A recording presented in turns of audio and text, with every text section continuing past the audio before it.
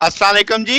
आज का लेक्चर हमारे पास structure factor for simple cubic crystal देखेंगे, फिर हम देखेंगे बॉडी सेंटर्ड क्यूबिक क्रिस्टल के लिए और फिर हम फेस सेंटर्ड क्यूबिक क्रिस्टल के लिए। लास्ट जो लेक्चर था हमारे पास जिसमें हमने देखा था ज्योमेट्रिकल स्ट्रक्चर फैक्टर। जब हम यूनिट सेल से स्कैटरिंग को स्टडी करते थे तो उसके लिए ज्योमेट्रिकल स्ट्रक्चर फैक्टर पढ़ा था, जिसका टूल ये आया था आपके पास F H prime K prime L prime, और जो कि मिलर इंडिसेस थे, multiple of N H N K N L थे। यहाँ पे F J atomic structure factor था, यानी कि एक सिंगल एटम से जो स्कैटरिंग की स्टडी थी वो हमने एफ जे के तहत पढ़ी थी। ई की power iota 2 pi U J H prime V J K prime plus W J L prime था। यहाँ पे यू जे डब्ल्यू जे और वी जे ये बेसिकली कोऑर्डिनेट्स थे जेथ वेक्टर के, जेथ एटम के। तो जनाब अब आपके पास हमने ये हमारा लास्ट लेक्चर था, इसका लिंक आई बटन में मैं आपको दे दूंगा। अब हम स्ट्रक्चर फैक्टर देखना चाहते हैं सिंपल क्यूबिक बीसीसी और एफसीसी के लिए। तो इसको थोड़ा सा सिंप्लीफाई वर्जन में ले आते हैं। H prime K prime L prime की जगह मैं सिर्फ लिख दूंगा एच के एल। ओके होगी बात। और ये जो U J V J W J था इसकी जगह मैं एक्स वाई ले आने लगा हूं। तो आप देखो यही टूल अब आपके पास इस तौर पे आ चुका है कि आपने जेथ एटम के लिए उसे डिस्कशन में ले आए। ठीक है, अब हम स्ट्रक्चर फैक्टर पहले स्टडी करते हैं किसका, सिंपल क्यूबिक का। अब हम जानते हैं सिंपल क्यूबिक में सारे एटम कोनों पे होते हैं।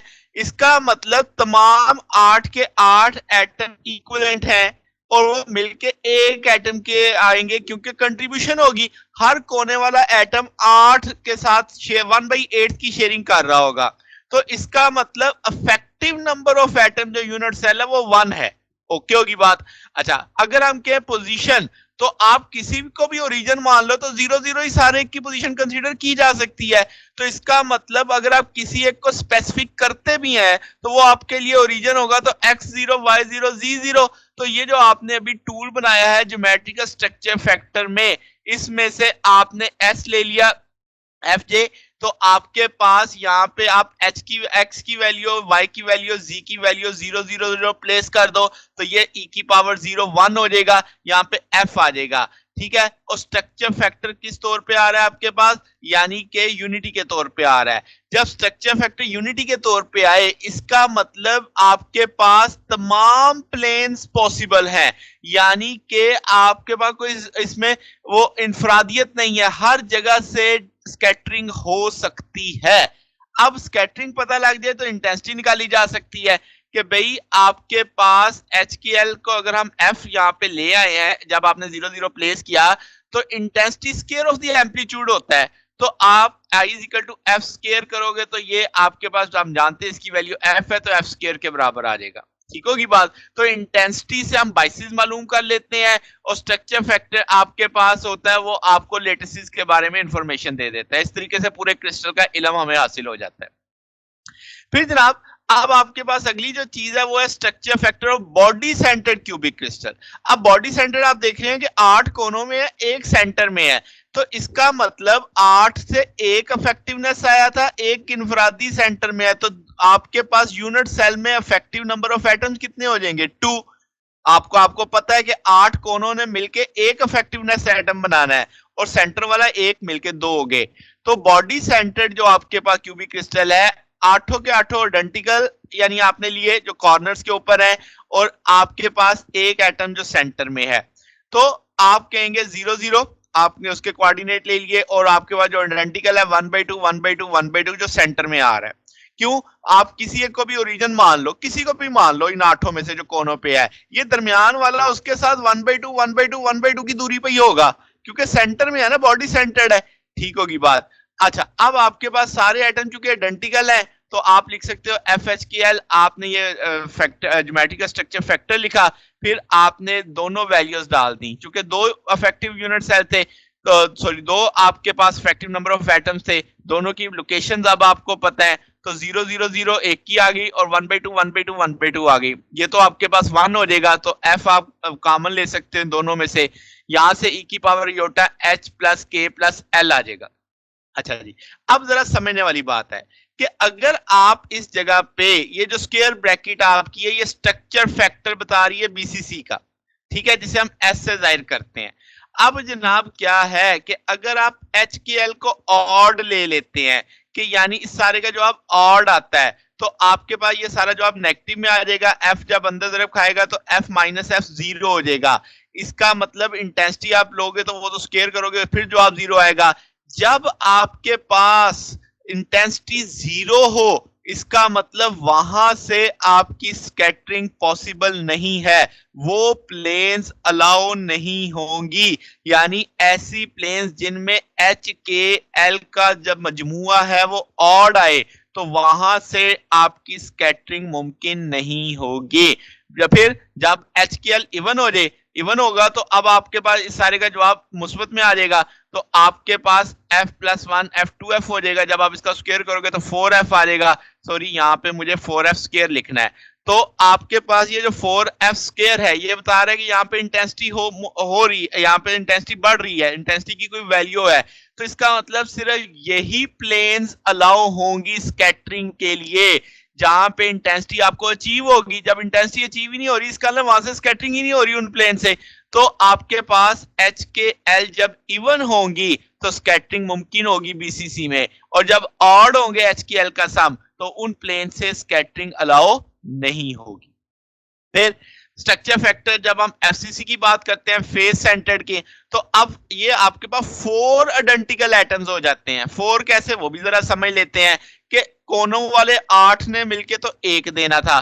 टॉप और बॉटम आधा ऊपर शेयर होगा, ये वाला आधा नीचे शेयर होगा, तो ये टॉप और बॉटम मिलके 1 हो गए, लेफ्ट और राइट मिलके 1 हो गए, आगे पीछे जो है वो भी 1 हो गया। तो इसका मतलब 4 बन गए। फेसिस से 3 आ जाएंगे, किनारों से 1 आ जाएगा, तो 4 आइडेंटिकल एटम आपको मिलने वाले हैं। ठीक है, अब इसका मतलब आप कॉर्नर वालों की पोजीशन तो बड़ी आसानी से तय कर सकते हैं। 0 0 किसी को भी ओरिजिन मान लो, इसलिए मैं कह देता हूं कि वो 0 0 0 है। जो 6 एटम है फेसिस पे, अब देखो मैंने इनको हाईलाइट इस तरीके से कर दिया, एक का कलर रेड कर दिया, 1/2 1/2 0 और 1/2 1/2 1, एक पे ये हो जाएगा यानी फेस वाला। फिर आपके पास 0 1/2 1/2 या 1/2 1 1/2 1/2, इस तरह 1/2 0 1/2 और 1/2 1 1/2। तो ये पॉसिबल आपकी लोकेशंस आ गई जहां जहां पे आपके इस वक्त एटम प्रेजेंट हैं। ओके होगी बात। अच्छा जी, अब आपने कहा कि 6 एटम जो फेसिस पे हैं वो 3 एटम्स के इक्विवेलेंट हैं, तो आपने इनमें से 1/2 1/2 0 0 1/2 1/2 और 1/2 0 1/2 उठा लिया। ठीक है, क्योंकि वो इक्विवेलेंट है। तो अब आपके पास क्या जनाब स्ट्रक्चर फैक्टर अगर आप इनका उठाते हो तो 4 एटम्स का, तो इसका मतलब वहां पे कोऑर्डिनेट्स ये 4 इन्वॉल्व होंगे। आप दूसरी टर्म भी ले सकते हैं, तब भी 4 ही आएंगे आपके पास। ठीक है, कोई फर्क नहीं पड़ेगा उससे। तो अब आपके पास क्या हो गया, जब आप ये वैल्यूज लगा दोगे इसके अंदर, ये आपका ज्योमेट्रिक स्ट्रक्चर फैक्टर है। 4 टर्म्स आपने देखनी, आपने देखा एच के एल मैंने 0 0 लगाया तो सारा फैक्टर ही 0 हो गया।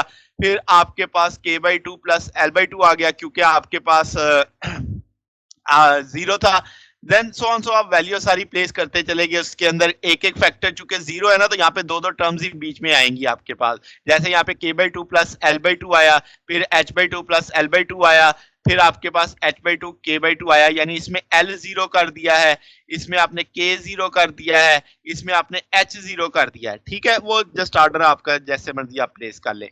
तो जनाब अब आप इसमें से f कॉमन उठा सकते हैं, वो उठा लिया, ये 1 आ जाएगा। तो ये आपके पास आ गया। f के साथ जो ब्रैकेट में लिखा हुआ है ये आपका स्ट्रक्चर फैक्टर है एफसीसी का। अब इसका मतलब ये हुआ कि ये जो एच के एल है मुख्तलिफ कॉम्बिनेशंस के अंदर आ गया।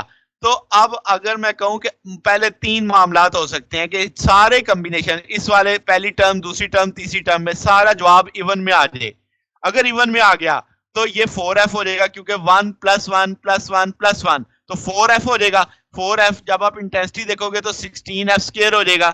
सेम मामला ऑड के लिए भी हो जाएंगे, ये कि आपके पास f बराबर आ जाएगा 4f के, तो वो भी तब भी 16f स्क्वायर होगा। इसका मतलब जब आपके पास h के l या सारे कॉम्बिनेशंस के लिए ऑड रहे या सारे कॉम्बिनेशंस के लिए इवन रहे तो तब स्कैटरिंग होगी, तब वहां से स्कैटरिंग पॉसिबल होगी। मगर अगर आपके पास ये कॉम्बिनेशन ऑड इवन का बन जाए, जैसे यहाँ पे k प्लस एल का जवाब ऑड में आ जाए, h प्लस एल का जवाब इवन में आ जाए, तो ये एक ऑड इवन कॉम्बिनेशन बन रहा है। तो इस ऐसी सूरत में एफ का जवाब 0 हो जाएगा, इंटेंसिटी 0 हो जाएगी। इसका मतलब उन आपके पास प्लेन से स्कैटरिंग नहीं होगी जिनमें आपके ऑड इवन कॉम्बिनेशन एग्जिस्ट कर रहे होंगे। तो जैसे यहाँ पे मैंने मिसाल दी 1 1 1, अब ये और तीनों को जमा करो, जवाब 1 आएगा, ऑड हो गया। 2 0 0, जवाब 2 आ गया। 2 2 0 4 आ गया। तो इसका ये इवन है, तो आपकी वहां पे रिफ्लेक्शन प्रेजेंट होंगी। मगर 1 0 0 ये अब आपके पास क्या है, ऑड है। 1 1 0 2 है। 2 1 1 ये अब आपके पास फिर आपके पास क्या हो गया, इवन हो गया। इसका ये कॉम्बिनेशन कैसा हो गया, ये कॉम्बिनेशन आपके पास मिक्स आ गया। तो यहां से आपकी ये प्रेजेंट एब्सेंट रहेंगी एच की एल की वैल्यू। आप देखो ना जरा, 1 0 0 प्लेस करो, यानी आप इसमें 1 प्ले एच 0 है, एच की वैल्यू 1 है, ये 0 0, तो इसका ये इवन है। यहाँ पे देखो 1 0, तो वो अब ऑड हो गया। बात समझ गए? यानी जब आप 1 1 प्लेस करोगे, इसके अंदर एच की एल की वैल्यू आपके पास है, तो हर सूरत में अब आपने देखना 1 2 इवन इवन इवन आ जाएगा। फिर 2 0 0 प्लेस करोगे, तो इसी तरीके से आपने इस फैक्टर में ये वैल्यू प्लेस करनी है, एच की एल की वो सारी वैल्यूज आती चली जाएंगी। तो आपने बारी बारी ये वैल्यूज इसमें प्लेस करनी है, तो आपको जवाब मिलता चला जाएगा। ये हमारे पास आज का टॉपिक था। अगर आपने इसमें बात पूछनी हो, डाउट हो, तो नीचे कमेंट्स में पूछ सकते हैं। वीडियो अच्छी लगी हो तो वीडियो को लाइक कीजिएगा, दोस्तों के साथ शेयर कीजिएगा, चैनल को भी सब्सक्राइब कर दीजिएगा। अब तक के लिए इतना ही, बकिया इंशाल्लाह फिर नेक्स्ट देखेंगे। ओके, अल्लाह हाफिज।